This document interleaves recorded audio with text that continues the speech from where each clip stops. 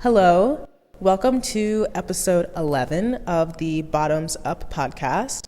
I am your host, Taylor. I realize that I've never introduced myself on any of my episodes, but yes, I am your host. I am here today with my brother, Chris, or as my mom calls him, Christopher. Yeah, you might want to hold the mic closer to you. Oh, like this? Yes. Oh. Yeah. Do you want to go ahead and introduce yourself?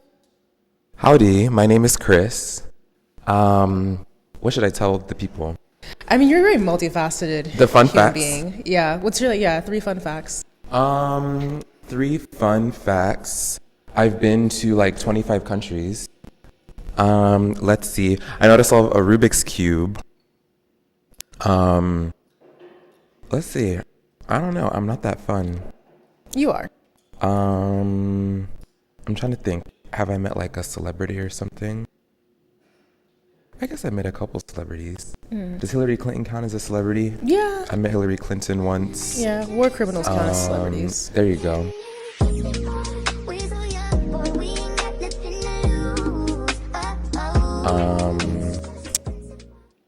That's the thing. I'm not that fun. I'm kind of boring. You're really not. I don't know why you would say that. What would you about say are yourself. 3 fun facts about me? Well, you're literally in medical school pursuing a PhD and an MD. That's pretty crazy. That's not a fun fact, though. That's just the fact. It's not that fun. Okay, what qualifies a fact as fun? I don't know. I have 6 toes on my right foot. That's what I think of when I think of fun fact. Okay. Well, I think you being in med You'll have school. to live with 2. I could only think of 2. Okay, fine. I mean, you taught in Colombia. That's not fun, though. That's just a fact. When I think of fun fact, I think I can hold my breath underwater for an hour. That's a fun fact. Okay, give me 3 facts about yourself then. Oh, I can do 3 facts. I live in Chicago. Okay, don't dox yourself, please. I taught in Colombia. I am in an MD PhD program. I grew up in Maryland. I missed my dog. Oh, yeah. Let's see. I was a psychology major in college. I love to cook. I love to eat. I love to eat more than I love to cook, to be very honest. I played the flute for a very long time. That's a fun fact, I guess. You played a couple instruments. You flute, French horn, I think piccolo. exactly a couple. Piccolo I count as the same. You stole my clarinet a couple times. That's it, though. That's all I have to say. What's the first question? I mean, it's not really questions. It's more of a conversation about you and about, I don't know, I wanted to talk about our life growing up and all of that, since I guess right now we are answering, after 20, you're 27, right? I am 27. Yeah, after 27 years, we're answering probably the most pertinent question of my childhood of, hey, Taylor, is your brother gay? Oh, I am. It'd be really funny if you weren't. It would be kind of crazy. But I definitely am. I am a man who has sex with men. Just like the studies. For a while, because obviously, I didn't care. It was so, far, left field, when I think about, things in our childhood and, things about you that I genuinely, cared about, it just, I don't know, I didn't think about it. And then it's so I just assumed, if you haven't said anything about it, then that means that you're straight. It didn't matter. I don't think I was ever straight. Not in my heart. Honestly, me neither. For myself. But then there was when I was kind of coming to that conclusion for myself, I definitely was oh my God, it's so funny how everybody thought that my brother was gay when I was younger, but no, it was actually me, who was the gay sibling. And then you stole that from me. So. My bad. Yeah. See, this is what Thanksgiving is for. Family drama. For me, Thanksgiving is about me getting my plate. A couple plates. And then getting on my flight. Because I am checked into the flight. I told you I'm already checked in for the flight. Yes, you already checked in. Yes. So the next 18 hours, I just get my plate. You're going to get a couple plates. I know you. Okay, before we get into it, we got to do horoscopes. So I will read mine to get it out of the way because CoStar is always very, very mean to me. Okay. Actually, no, my last episode, it was very kind. So I'll give her that. This is actually the first time I'm wearing these pants. They're very wide. Wait, did you cut them yourself? No, they came like that. Oh, interesting. They retailed for $90. Guess how much I paid? How much did you pay? 11. Oh, I thought you were going to say like 80. Oh, no, absolutely not. And mind you, I bought two. So almost $200 of pants for what, 22, 24 with tax, 25 with tax. I like them. I like them a lot. I like them a lot. These are about to be some. Because I've noticed that I'll let you get to the little horoscope.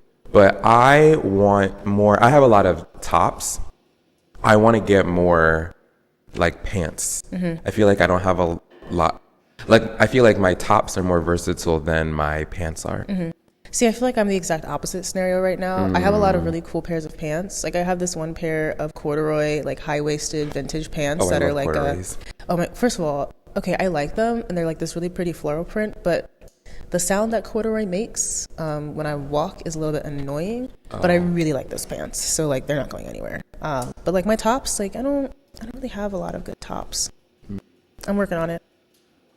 Okay, my horoscope for Thursday, November 23rd, also happy Sagittarius season, says you can hold yourself accountable and forgive yourself at the same time. That sounds like something that's very relevant when you're spending time with family. Says chase adventure. You're not as concerned about the little things right now. The big picture paves the way for smaller tasks later. All that's left is to do it. Do's, cosmos, mornings, the year ahead. Don't, deflection, blind spots, fruitless wishing. Very interesting. I'll keep that in mind. That was very positive. I kind of liked that. Am I supposed to read my note? Yes. Okay, let's see. Oh, and he's a Cancer, which I have definitely talked shit about Cancers on this show before, but it is what it is. How do I find my horoscope? It says this is the Yeah, so that top statement, that's like the beginning, and then you scroll down and you'll see more. Oh, okay. It says, good afternoon, Chris. It's 50 degrees Fahrenheit and sunny in your area. We're in Washington, D.C. Can you not? Oh, my bad. It's a big city. Oh, so we're not supposed to say any... I don't even have my last name attached to this, so be careful. Oh, well, Washington's a pretty big... We're in Washington State. We might be in Columbia. We could be, See yeah. how they don't know. It could be 50 degrees in all three of those places. It could Anyways, rebirth yourself. Oh, I'm going to sneeze. I'm never going to read this horoscope. Sorry, I could feel it coming. It'll probably come. It says, rebirth yourself as often as you can. And then I get, sorry. Oh my God. I can feel it coming. Just let it happen. Do we want to go into the daily updates? Yeah. Okay. Daily updates. It says, a sympathetic listener, your sun sign describes who you are. I'm a Cancer sun. It's a picture of a papaya. As a Cancer sun, you feel the weight of the past heavily. You're hardwired to avoid conflict and don't appreciate harsh truths. Home is where you feel safest, whether that is a physical location with your chosen family or even comfortable solitude. Oh, and then there's more. I agree with that. Okay. It says emotionally, and now there's a moon. I think that's the moon. Okay. Emotionally expressive. Your moon sign describes your emotional self. As a Leo moon, you are a little addicted to melodrama. When you feel big feelings, it's hard for you to hide them. It's like you are the main character in a soap opera and everyone else is simply a supporting actor. See, I don't agree with that. I know someone who is very much like that, but that I definitely don't think they got that right. Anyways, you appear charming and sociable. Your rising sign is how you appear to others. I'm a Libra rising. As a Libra rising, people view you as someone who loves being around others. Yes. Even if you're going through something difficult internally, your main concern is making sure that those around you are having a good time. Absolutely. Okay. All right. Is that everything? Honestly, yeah, that's enough. I think I sent you to the wrong section, but it's fine. Oh. We got the main points. We got the that's main what matters. points. Yeah.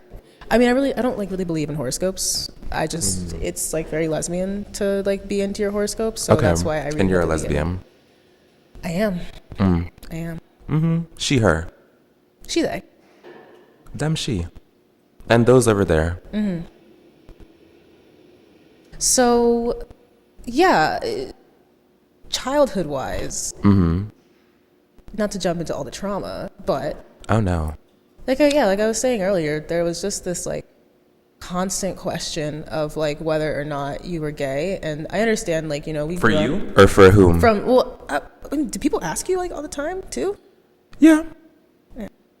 They definitely not ask all me. the time, but yeah, the teasing, the bullying, all the normal stuff. Yeah.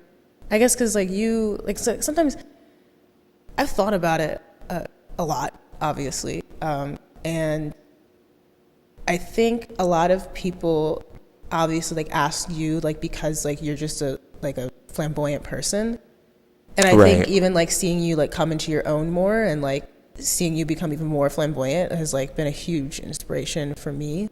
Period. But I would even say like I don't think you being flamboyant really has like anything to do with you being gay, because I just think that we're just flamboyant people. I think it just because we're very similar, and like we grew up obviously in the same household and had like a lot of the same influences and like relatively like similar goals, like life and career wise. So I think that, I don't know, it's kind of weird to think that someone looks at you and those qualities and is like, oh, he must be gay. And people looked at me with those qualities and it was just like, we're not even gonna think about it. Like it wasn't even like relevant at all. Yeah. I mean, well, a couple things. Well, I think lesbians experience a lot more discrimination than gay people. Really? Like lesbian women, gay men. That comparison. Because I feel like even what I mean by that is within the whole rainbow mafia umbrella, there's still patriarchy. Do you know what I mean? Yeah. And so when people think about, so for example, in Chicago where I live, there is can I say that? Yeah. In Chicago where I live, the gayborhood is called Boys Town. It's not called Girls Town. Do you know what I mean? So that's what I mean. And so I feel like it was easier to pay attention to homosexuality with me being a man as opposed to homosexuality with you being a woman. That's one. Or when people think about like gay bars very generically, that's like the encompassing term, and then everything else kind of flows beneath that. But gay is a term used to describe men historically. Do you know what I mean? Yeah. Whereas now it's kind of like an umbrella term to describe like generally kind of any queer person, whatever. So that's one. And then two, thinking about childhood, I think the first memory I have of being like asked, I think I was maybe 6 or 7. Really? That was pretty young. Yeah, that's just the earliest that I can remember. Or even maybe even daycare. I would say probably like 6, if I want to be really accurate. That's like the first memory I have. But the thing is, when you're that young and you're not intellectually mature yet, you don't have words to describe. You just know that these are terms that people are just like calling you to make fun of you. Yeah. But what 6-year-old knows what like being homosexual is? That's what I was gonna say. Do you know what I mean? You're so like you young. don't have the capacity for that kind of language yet because you're 6 years old. And so that I didn't really realize, obviously, until I got older, that someone's calling me. Can I take a call or should I ignore it? Who's calling you? No, I'll just text him. Oh, okay. Yeah, but when you're that age, you're not even focused on like, this is who I am. You're just focused on this makes me feel bad, and I don't even know what these words, like, mean. I remember one time I remember I was in middle school. I think I was in the 6th grade or the 7th grade. I remember this so distinctly. I was going to the bathroom, from class. I was in like math or reading or something. And then I was coming back to the classroom after I finished in the bathroom, and I ran into this kid in the hallway on my way back to the classroom. And he stopped me. This was someone I knew. He stopped me and he was like, oh, like, look at the ceiling. And I was like, okay. And then he said, hold your hand out. I was like, okay. And then he said, pretend like you're like rolling marbles in your hand. And it was the weirdest thing. I had no idea what was the point of this like action. But he was asking me to essentially like portray being like sexually assaulted in the middle of the hallway. It was very, very odd. And so I think when things like that would start to happen, or I remember one time, I was definitely in the 6th grade, because I remember I was going to school. I got off the school bus, and when you're when you're on the school bus and you're getting off, you have to like go down those stairs, and then you step onto the sidewalk, right, or the pavement. And I remember I tripped down the stairs one day, just tripped, like I lost my balance, and I fell out of the bus onto the pavement of the bus stop at the school. And like my backpack fell off, like all my things fell out, It was so embarrassing. And I'm gathering my things, putting them back in my backpack. And then this boy, I won't name him. He he told everybody that I was so, gay that I couldn't even walk in a straight line, which I thought was actually very, very clever thing to say. Definitely, yeah. And I remember that day I had gym class, and I threw a basketball at him in the face, and I did break his nose. I don't know why I mentioned that, but yeah, like little things like that. Or I feel like in high school, not really. It was mostly like middle school, because I feel like middle schoolers are just fucking awful. It was mostly like middle school and elementary school, like to a lesser extent. But I would say like the teasing and the bullying, that kind of stuff, it was like the worst in middle school. Mm-hmm. And then I think in high school, I don't know, I guess in high school people were just more mature, like everyone had kind of grown up. And so it was less of like this constant sort of thing. Or I guess in high school, you're with so many people that you've been going to school with at that point for, 7, 8, 9, 10, 11 years, that at that point it's just like a tired joke, you know what I mean? Yeah. And so it's not even like high school, I had no problem. I actually think I was kind of like popular in high school. No, you're definitely popular in high school. Like I definitely think I was part of what people would call like the popular group. It's also when your Snapchat like kind of popped off. Yeah, that was when I started using Snapchat. I haven't used Snapchat since I was 21, because I went to Colombia, and then I didn't use like really any social media there. Yeah, and that was the last time I used Snapchat. But I definitely did have a Snapchat era, in like the latter part of high school, and also at college. Yeah, I definitely just started talking. I don't even remember what your original question was. I honestly don't remember either. But, to what you're saying about, like, I think middle school was probably, like, I will say, though, talking is getting me, like, very hungry. And I'm, like, glad I'm doing this, because then I'm going to be super nice and hungry when I get to eat today. Mm-hmm. Anyway. No, like, I was just saying, like, middle school was definitely, like, kind of, like, the brunt of it. And I understand that, like, we're kids, and we're surrounded by kids. Right, and, like, kids are fucking stupid. Yeah. It's like I don't want to, like, blame any children for the way that children act. I think it was more so just a product of the world that we were in. I think it was a product of where we grew up. And I think it was probably a product of parenting as well. Although I don't think...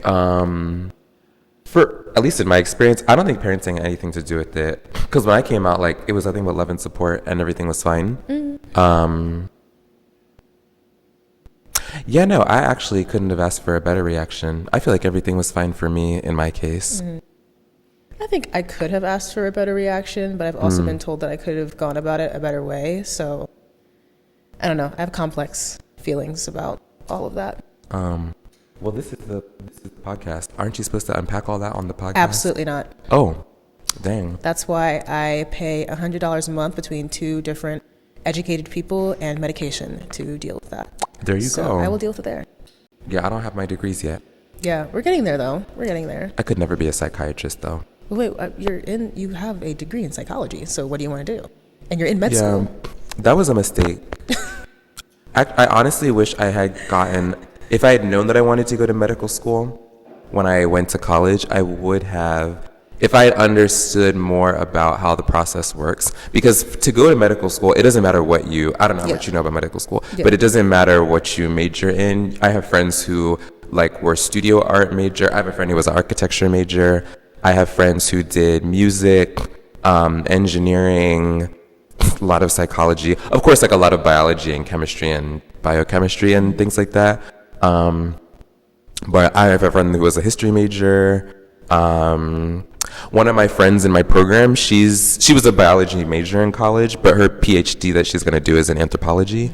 Like, you can truly do anything that you want as long as you take those like prerequisite classes. What was I saying? Oh yeah, but going back, if I had known, one, that I wanted to go to medical school, and two, that was the case, then I probably would have done a music major. Of course, yeah. I would have done like a music major, or I would have done like art. And I would have started art from like, because I don't have any like artistic, like, I would have started right from the beginning, like Art 101, gotten my like art degree, or honestly, probably like history. One of my very good, have I introduced you to, I guess we're not naming names anyways, but I have a really good friend black, queer, who you would really like. Is this the one that you like added me to a group chat with because they came to visit Miami? No, not them. Okay. That's the thing. I have so many. There's so many in my life now besides you that you will get introduced to all of them someday. But this particular friend, she was African American Studies major in college. And I feel like that kind of lens just prepares you so much differently for medical school than like a biology degree does. Not that it's like bad to major in biology or chemistry or whatever. But I feel like the people that are in my close circle, they studied like history or like public health or African American studies or ethnic studies. Or I have a friend now who's applying to medical school who I really, really like. She was a American studies major, but with a focus on like African American history. It's just like, you just enjoy different conversations with them than like the average person that studied like, you know, analytical chemistry or something. But yeah, that's what I would have done. I would have studied probably like a humanity, because psych is so broad and I don't even really use it that much. And so, yeah, that would be the one thing that I would change. But I had a pretty good experience in college. So then where do you want, I guess, like with medical school, like where are you trying to get to, or have you not figured that out yet? I would love to have my own policy institute within a hospital. And so when you see something like, what's a good example? Oh, so for example, when Roe v. Wade was overturned, you've probably heard of the concept of like sanctuary states with like migration and refugees. Well, there's something very similar with places that you can go to get abortion. It's like a very similar concept. And the unique thing about living in a place like Chicago or Illinois largely is that you're surrounded by these places like Wisconsin and Iowa and Indiana, right, etc., Iowa, where now all of a sudden people are trying to go somewhere where they can get an abortion, and Chicago is sort of this safe haven that people can go all of a sudden. And that is just the case, and now the health system has to adapt in the moment. And so, because they're coming, so you have to find some way to accommodate. And so what I'm very interested in is like, how does the health ecosystem as like an organism actually do that? From the perspective of like beds, human personnel, how do you figure out the mental health for all these people? They have to travel like miles. Where are they going to stay? Do they have family or friends? And like, do they have like an actual like social network in the area? All these things like that are, too. you know, exactly, like all these things that are, how did they become pregnant in the first place? Like all these things that are so separate from just like the medical procedure of getting an abortion itself, like all the things that lead up to that, and then after it actually happens, right? Because then they can't just get an abortion and then go back to their life. Like they have to have all that kind of follow-up support, etc. And so for me, from like a medical perspective, with the MD, like, and this is just one example, but like when these sort of political phenomena take place, like I want to have the medical expertise to be able to take care of people like clinically, like with medicine and making them like not sick anymore. But then also the research expertise to be able to consult a hospital or advise like an outpatient center or like a health network, like what is the best research proven course of action to follow.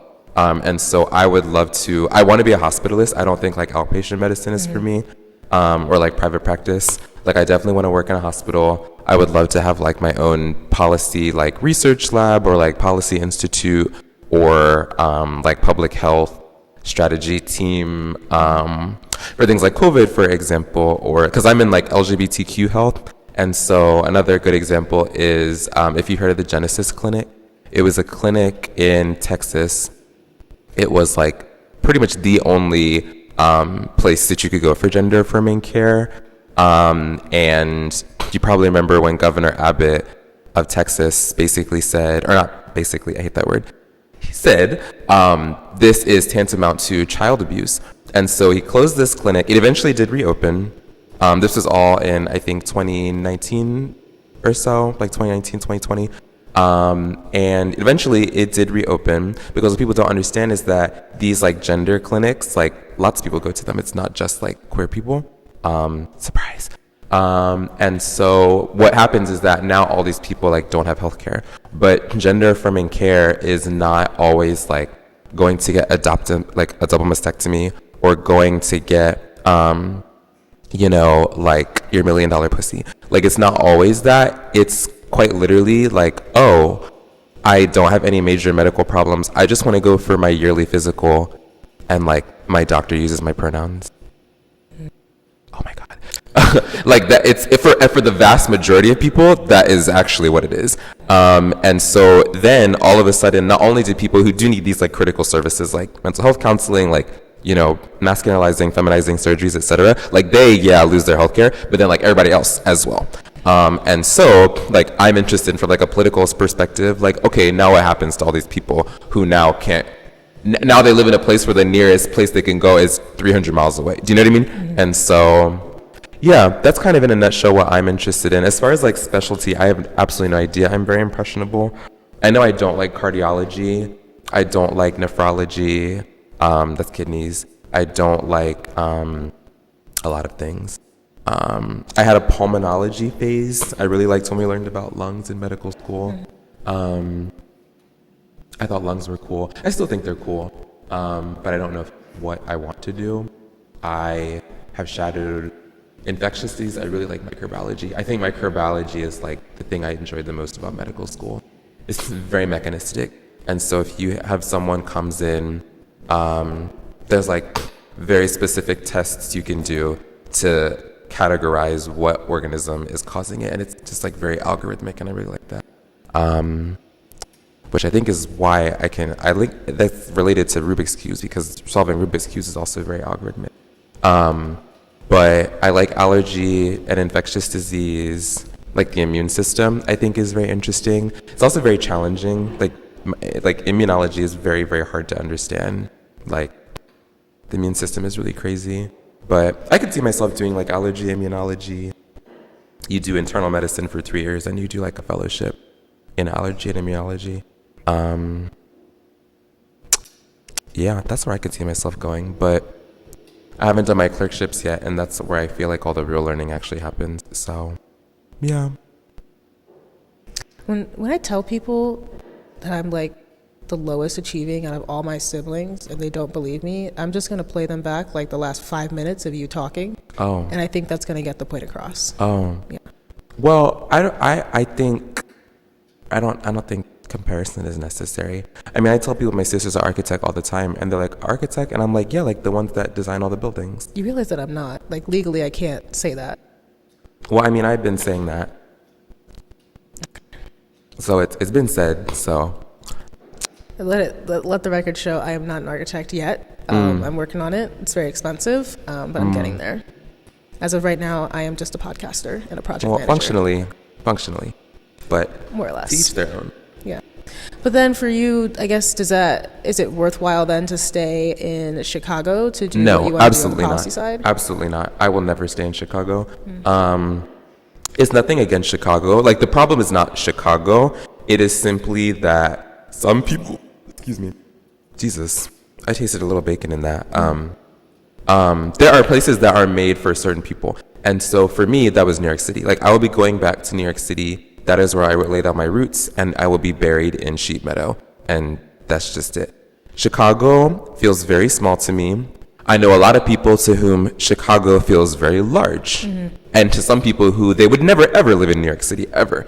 That's the thing. I think that's the issue. It's just like, this is just a place that is not like for me long term, and for right now it serves its purpose and it helps me achieve my goals, etc.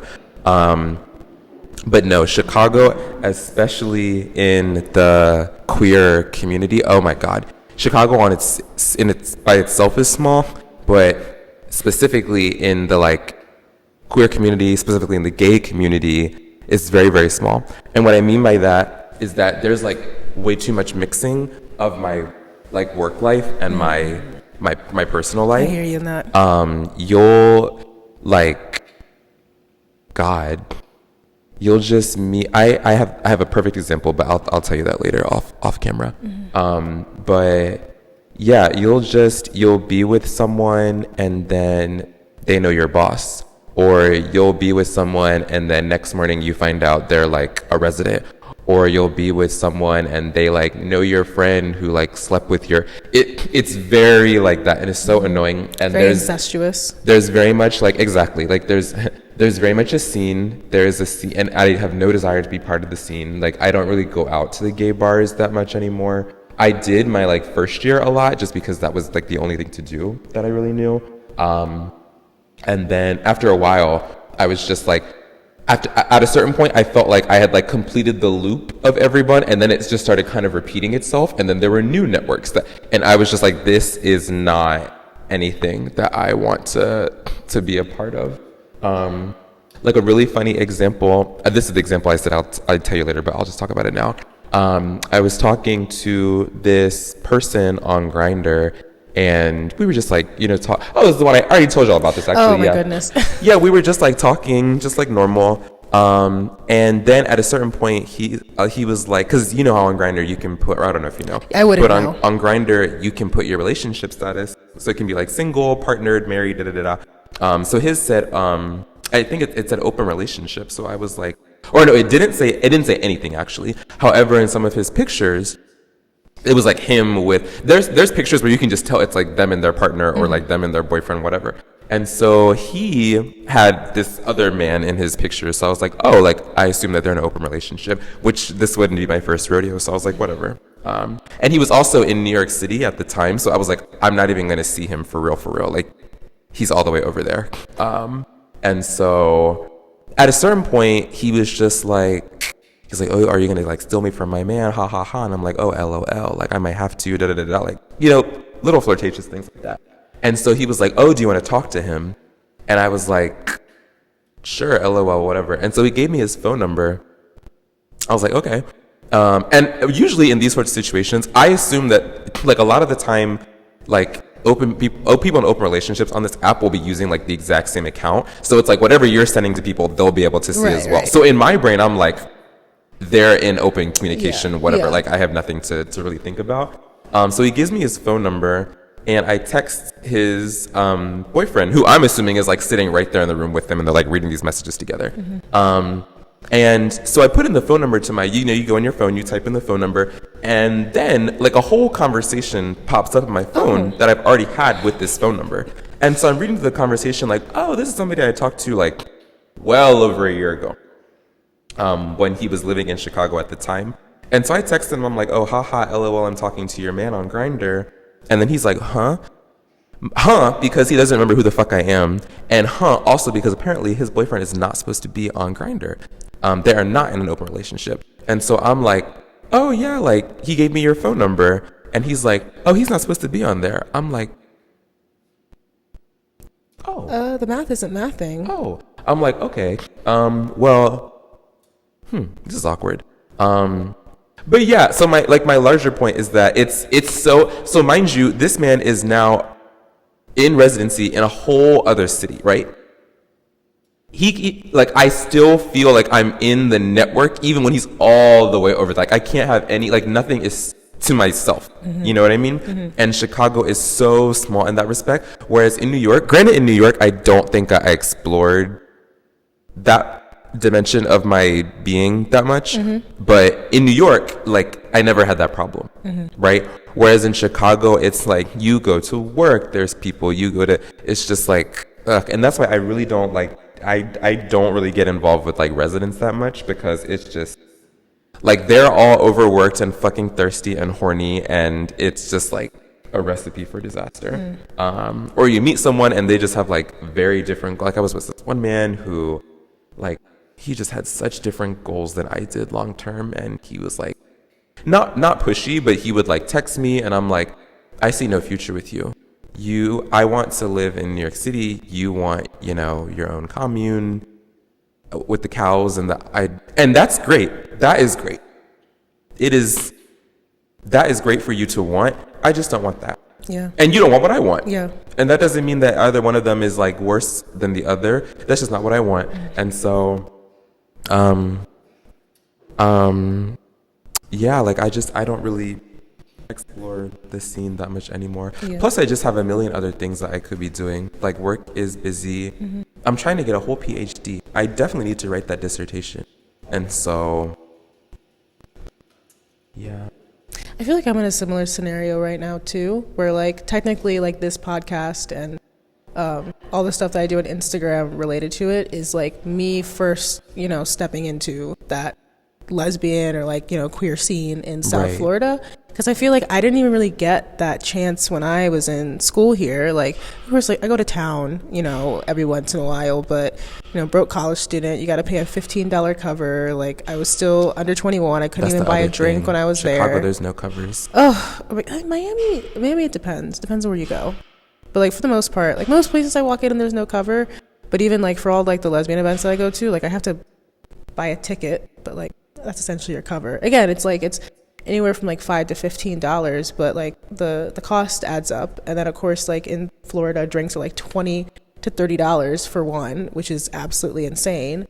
Granted, they are double pouring, so I'm definitely flirting with death whenever I go to a bar around me. But whatever, anecdotes. But trying to step into that scene for the first time, and you know, meeting people either even at the friend or the romantic level. I also just have a hard time finding people who have goals that like align with mine.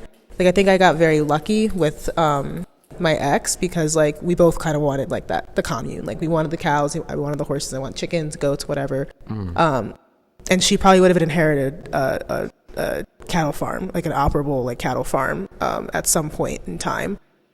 So it's like having that and then having to walk away from it for various reasons, and then like trying to find again somebody who kind of checks all the boxes is like very difficult. And I think on top of it, like we've been raised to be these like very goal driven people, and we've been raised to be very high achieving, that to find somebody who complements that, or to find somebody even who's just not intimidated by that, is incredibly difficult.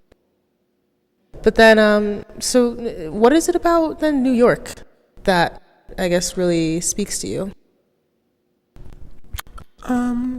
Lots of things. New York just has this energy that is so palpable in the air that Chicago does not have at all. Chicago to me feels it has the downtown, and then the rest of Chicago feels very residential. So that's one thing I will say, like, because I don't want people to confuse small with boring. Like Chicago is not boring. Don't get me wrong. The Midwest, all these little Midwestern cities, I fortunately was able to do some exploring. This summer, I got to go to St. Louis, and I got to go to Indianapolis for 2 little just like weekend trips. And I had an excellent time. These are little tiny cities, but like definitely pack the same sort of like culinary experience that could compete with any of these New Yorks, LAs, DCs, any of these places that I've been. Yes, but no, Chicago has like plenty to do. It just feels very small. Whereas like New York has plenty to do and doesn't feel very small. I like that in New York. I'm never, ever gonna run out of things to do. Like the people that are there, everyone's kind of coming in, going out, coming in, going out. It has this very kind of transient nature to it. Whereas Chicago, I definitely feel like people are more like settled down, even in Chicago proper. Like, cause Chicago, there's like houses and like 4 flats, things like that, where people pay their mortgage and like live. Whereas in New York, that's not quite the same. Or if you are like settled down and paying a mortgage, you're part of the elite. That's more so the case. It's just like a different energy in terms of who's there and like how long they plan to be staying. My thing with New York is that yes, it is expensive, and on average you're going to be paying like a couple to several hundred more dollars per month for just things like in general, rent, groceries, like all that kind of stuff. But so the first thing is that there are ways in New York to mitigate expenses. You don't need to shop at Whole Foods. You can go to Food Town. You don't need an Equinox membership. You can go to Planet Fitness. You know, there are things that you can do to make it a little cheap. Like when I lived there, like I rarely ever Ubered. Like it was always a public transit situation. Because Uber, like, whereas in Chicago, coming home from like the club, we always Uber, like basically, because to get all three of us home, like all 3-4 stops sometimes can be like $27, $28. So it's like, oh, I have $7. Whereas in New York, oh my God, like you got to take one friend to Brooklyn, you got to take one friend to Harlem, you got to take and then it's $80. Like in New York, oh no, we're just going to take the train to go home. So that's another way to make it less expensive to live. But then my thing is also like, in terms of what I'm getting for that much more money, in my experience, it was very much worth it. Like where I lived in Harlem, everything I needed was in the neighborhood. Everything I needed was on my block. Right. Like if I never wanted to have left that neighborhood ever, I probably could have, especially at the point in time when people started working from home. Like I truly, if I were still living there working from home, like everything I needed, the gym was in the neighborhood. I lived on top of this amazing Dominican restaurant. The laundromat was on the block. The grocery store was, there was an Aldi and a Food Town. There was like the gym and the Aldi were in the same shopping complex that also had a Petco, a Burlington, a Marshalls, a like other kind of stores like that, the gym, and then there was a Food Town, which is like your local Giant or like Food Lion sort of situation, like nothing fancy, but it had everything that I needed. Like everything for like groceries came from there, everything. I don't think I actually ever went to a Whole Foods in New York City ever. Hold up, you say or a Trader Joe's it was really convenient as like working from home, but like wasn't there a point during the pandemic where you made like 7 steps in a day? 7 who? 7 steps. Like you checked. Steps? What do you mean? Like you checked on your phone how much you had walked, like one of those days, and it was 7. Yeah, because I mean, sometimes why would I go outside if I don't need to? But anyways, but yeah, like things like that. Everything is on the block. Like how convenient it is does not compare to Chicago. Like Chicago, you have to go places if you need, like if I want to like grocery shopping, my grocery store is like right there. I do walk. It's like super easy. I'm very fortunate in that my job is walkable from where I live. That's not like a common thing. That's just how it ended up working out for me. But I am very fortunate in that. But like shopping, or if I need something like particular, I'll have to go. Not that doesn't happen in New York, obviously, like I would go around, but like that convenience of like never having to leave my neighborhood, that does not exist, at least in where I live in Chicago. And I would say in Chicago, I live in like a nice neighborhood. Yeah, you do. And so, yeah, just that. I do say what I like about where I live though in Chicago is that it's very homey, it's very residential. I like that you see people like walking with their kids on the sidewalk and like walking their dogs. My like street there's a playground, and you'll see people like grilling during the summertime when it's nice out.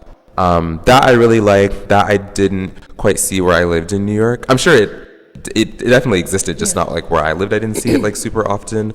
The other thing about New York is that with public transportation, it's so much more comprehensive. Like in New York City, you can walk. So for example, like a super easy example is the like 6 train, like the 456 that goes between, that basically connects like the Bronx, Manhattan, and Brooklyn. And so where I got on at 125th Street, the next stop was 116th Street.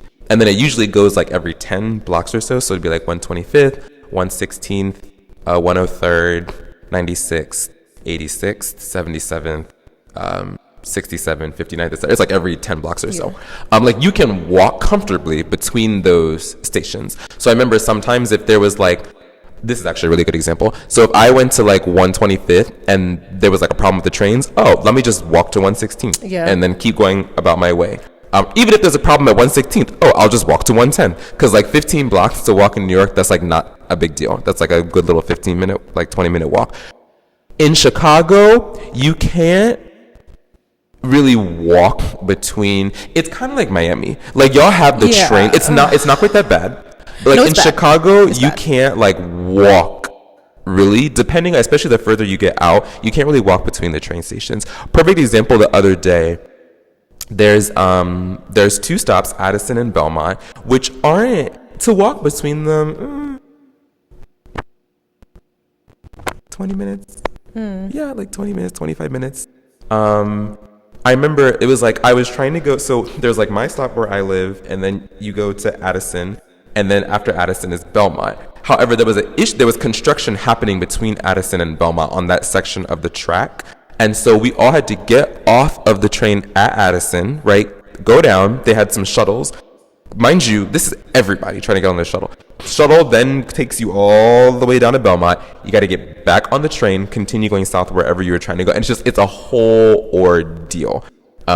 If there's like construction going on or something. The other thing about other than that, like the train is fine to get you where you need to go. The other thing is just like the experience of being on the train. Like me being on the subway in New York City or the bus, or I think I only ever had like one like negative experience. I was with a friend and it was just this man who just like was not all here.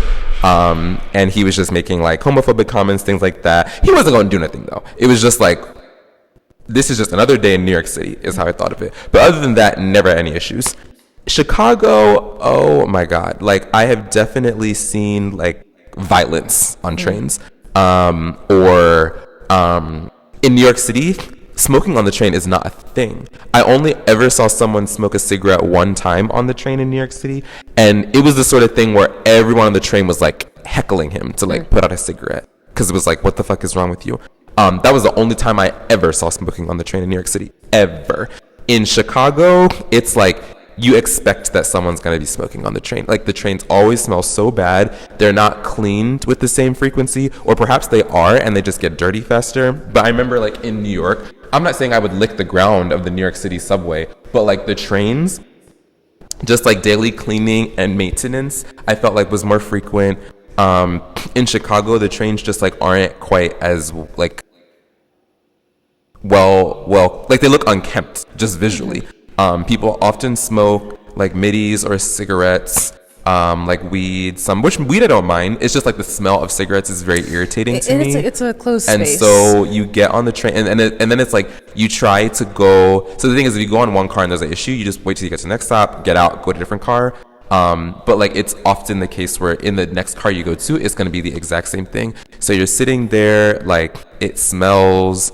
That's really annoying. Like even on the train that I was taking to go to the airport to come here yesterday, like I got on the train, it just had this like awful smell, and it's like you get out, try to go to the other car, but it's like this is the airport subway, so there's like all these people. It's just like it's crazy and hectic, and it was Thanksgiving, so there was that added layer as well. Taking the bus is an absolute elite experience. Like I definitely feel like when I'm on the bus, this is like the grown-ups. Like the crowd on the bus is definitely, I would say, like older people, it feels generally. So I really like the bus, but like I can't really shit on the public transportation. Like functionally, it gets me where I need to go, and then the few issues I have of like not being able to get somewhere, in my experience, have just been like regular sort of like the inherent maintenance required to like keep a metropolitan transport system like functioning. It's never been just like randomly not functioning. Whereas I feel like in New York, oh my God, it'll just be like delays because they haven't fixed that thing since, you know, the 80s. And so, or like the rise in, or scratch that, because I don't know if that's 100% accurate, but to me, it felt like the rise in price has not been demonstrated in the actual functionality of the transport system. And so I'm like, why is because you've probably seen these videos on Twitter, etc. Like, why is the train flooding?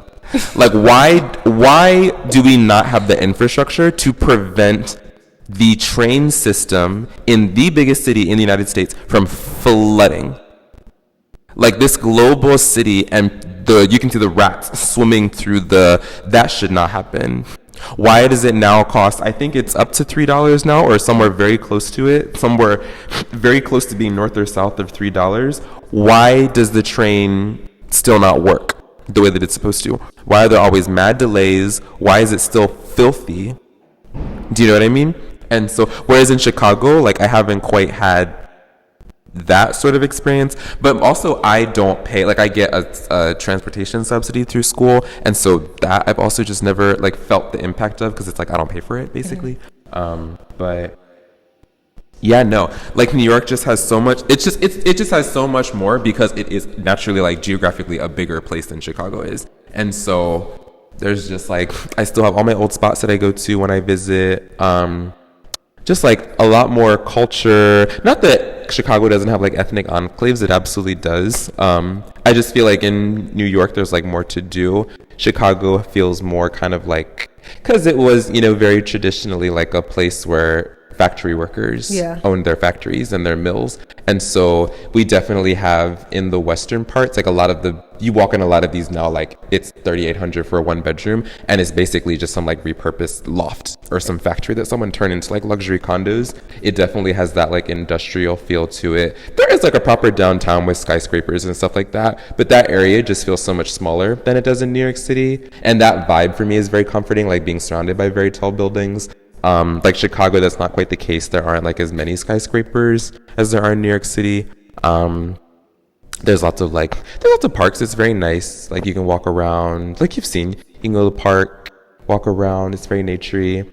I like having the lake. I will say, like, I like the lake more than the rivers in New York City. Like, the lake, it feels like blue and like a proper beach kind of waterfront, whereas in New York, the Hudson, I would never ever like just jump in there. I never went to the beach in New York City. Yeah, actually, the first time I went to the water in New York City was the time I was there in June for when my friends were running the marathon, the Brooklyn Half Marathon, and it was in Coney Island. That was the first time I ever been to Coney Island. And I was like, oh, this is kind of cute, but it still looks kind of, I don't know if I would swim in that. Which is crazy, because it's the same Atlantic Ocean, but I feel like in Maryland, I would go in that. In New York City, I'm like, I don't know. It just has a different feeling. Yeah. But, yeah, no. But I've never lived in LA. I don't think I could do LA because you have to drive, and I've heard the traffic is awful. And they also don't have a great public transit. Like, I'm a very big, like, public transit boy. Yeah, you've literally been venting about it for like 15 minutes right now. Exactly. Like, and so LA, I don't think I could do. Miami, the humidity, also the having to drive, I could not do. Same thing with like all the major cities in Texas. I just couldn't do. I've never done Philly, but I feel like Philly is smaller than Chicago, so probably not. Philly's also just dirty. Atlanta, same thing. Like, you have to drive. I don't think I could do that. It's not like a public transit sort of place. So for me, like, New York and Chicago have been like the best options. But I don't know. Maybe eventually I'll bite the bullet and just, because I can drive, I just don't like to. And so, like, I don't want all the extra costs associated with like owning a vehicle. Like, I just don't want to have to deal with any of that. I also just get scared of like, what if I hit somebody or like hit something? The easier solution is simply just to not have one and just to rely on public transit. And it's gotten me this far. So yeah. Okay, so we have spoken in depth about public transit in every major metropolitan city in the United States. That's probably what I'm going to title this episode now. So I guess to keep like rewinding, you talked about Chicago, you talked about New York. In terms of your experience in, I think both in Maryland and DC, I guess, how did your like sexuality and kind of like that realization of, you know, who you are, I guess, how did that influence your decisions when it came to like career, education, just, or did it impact like at all for you? I mean, not quite. Honestly, I mean, who can know? I like, that's just kind of the way it happened. I don't know what would have happened in an alternative reality. But no, it didn't really influence choices. I guess if anything, it influenced the way. So I guess, yeah, like my PhD is in like, it's in public health, but a focus in like LGBTQ health. So yeah, okay. So I guess I understand the question better now. Yeah, I would say like that definitely influenced it. Like experiences that I had definitely influenced like the kind of healthcare that I want to be able to provide for people that have similar identities. I think it helped that I had like excellent mentors in college. Like I had a queer like principal advisor in research. I think that really helped. Had like a really queer friend group, and then in Colombia, being around like other queer people, I definitely think was influential. And then of course like going to New York after that definitely was influential. And kind of like immersing myself in community.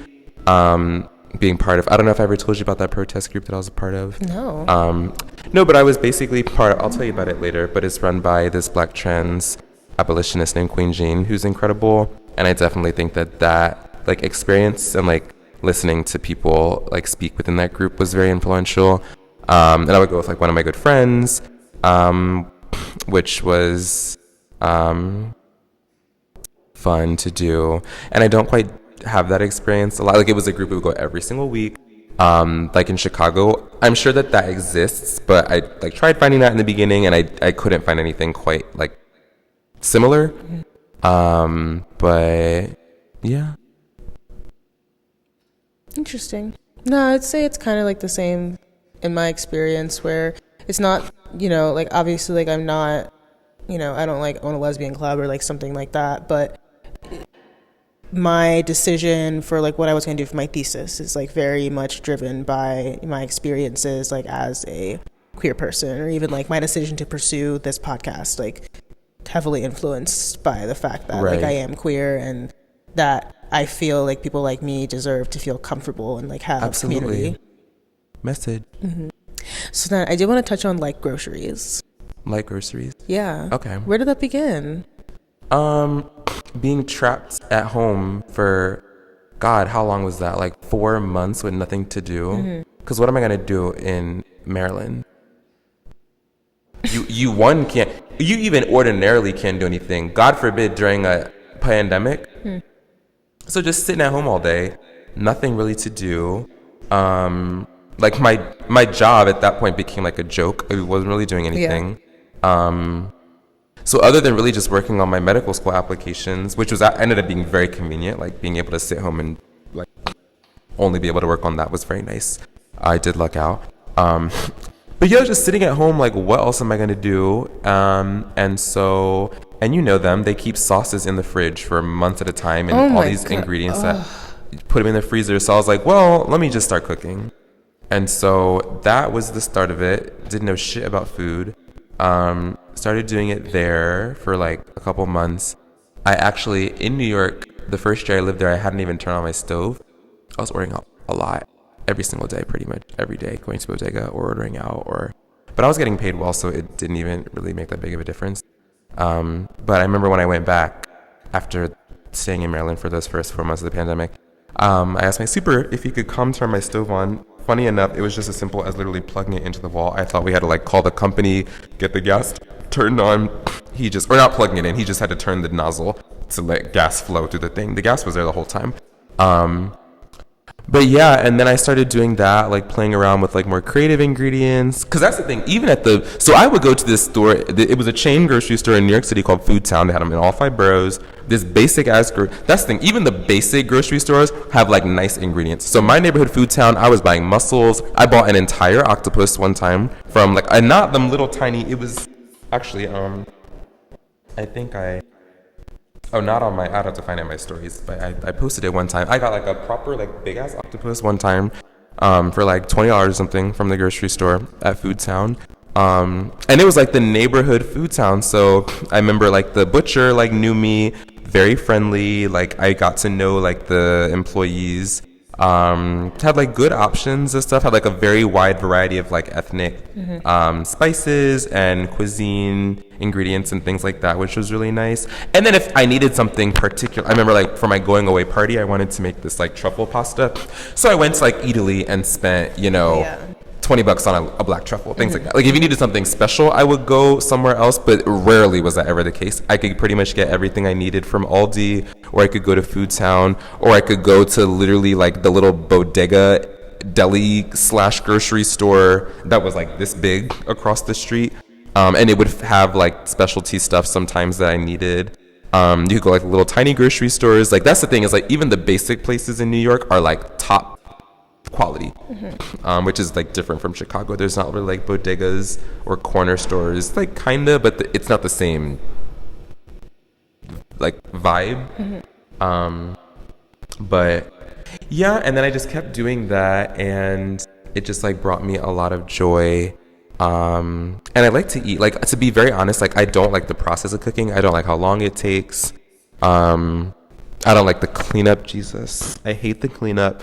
I hate the like.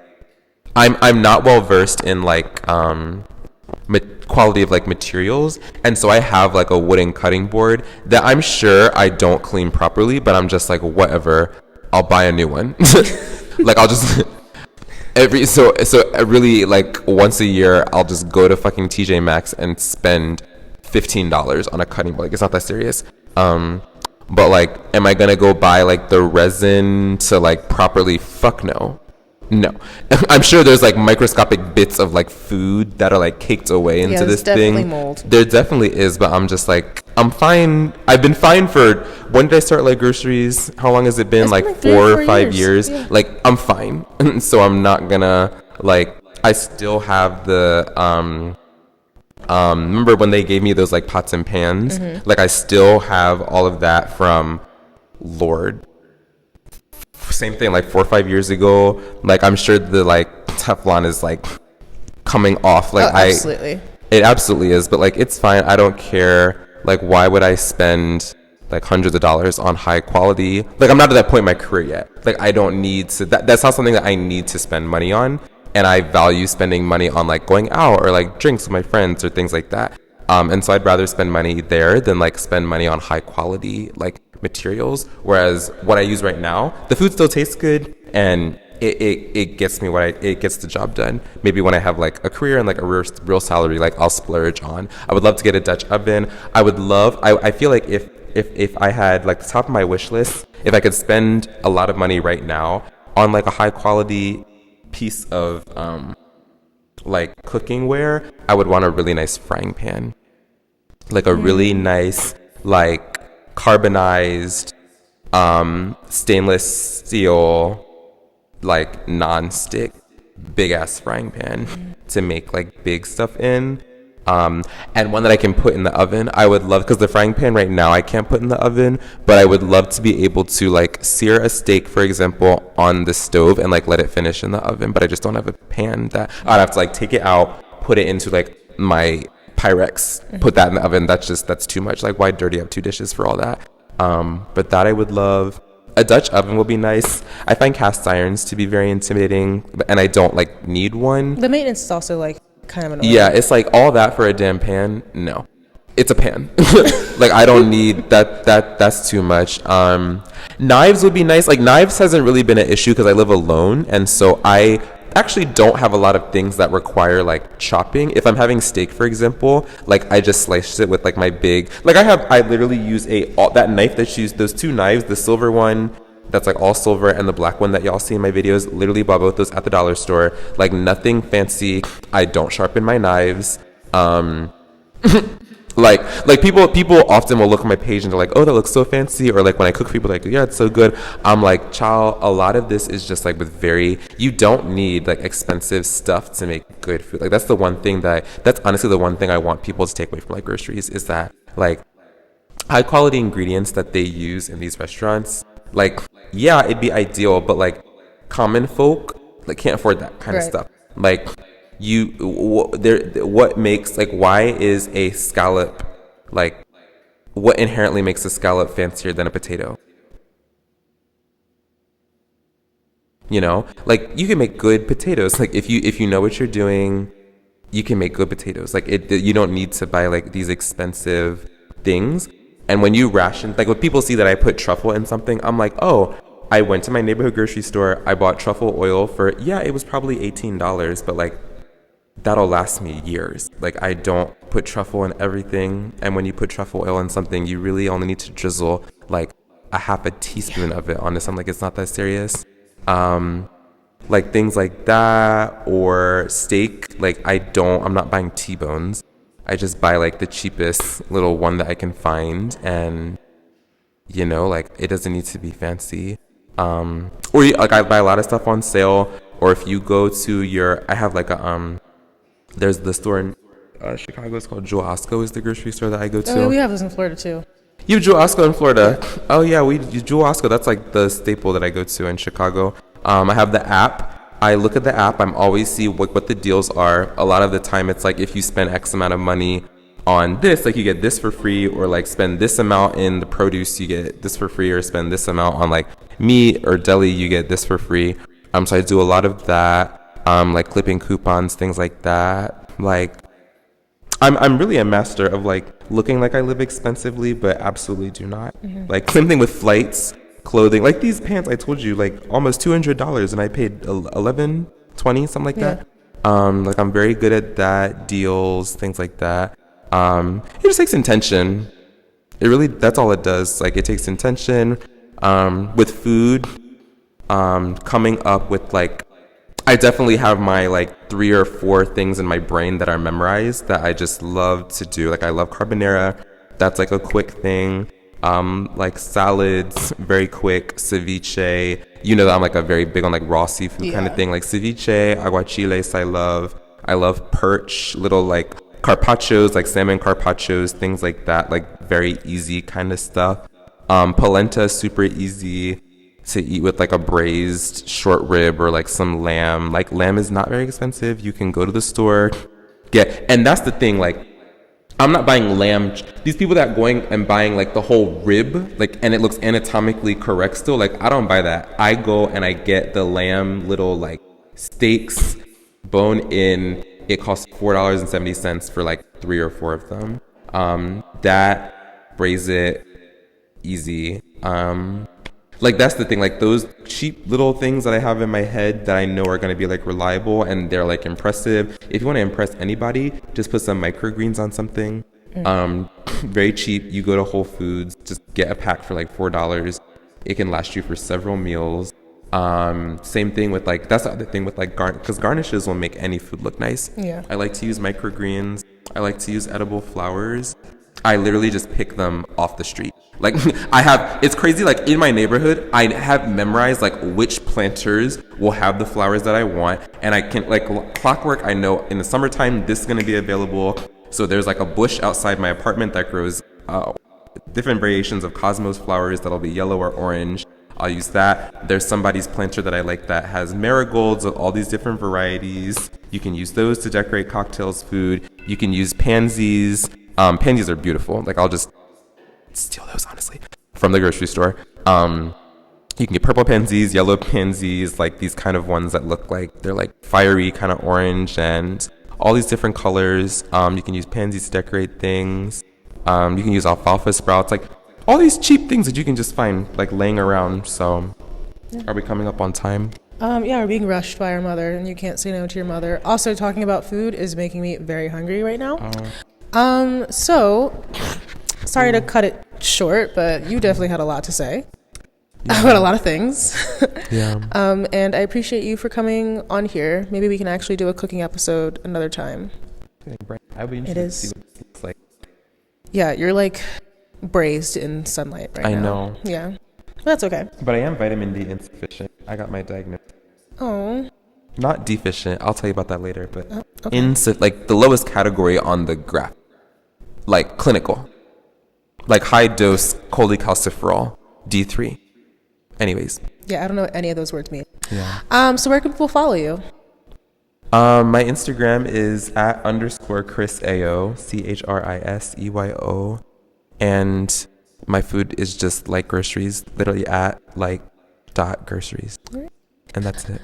You can follow me at bottumsup.pod. Make sure that you're spelling bottoms with a U because I am dyslexic. And I'll go ahead and I'll link all of Christopher's things in the show notes as well, and he'll be linked on, tagged on Instagram and all of that. So thank you for coming on. Thank you for listening, and I will see you guys in the next episode. Bye.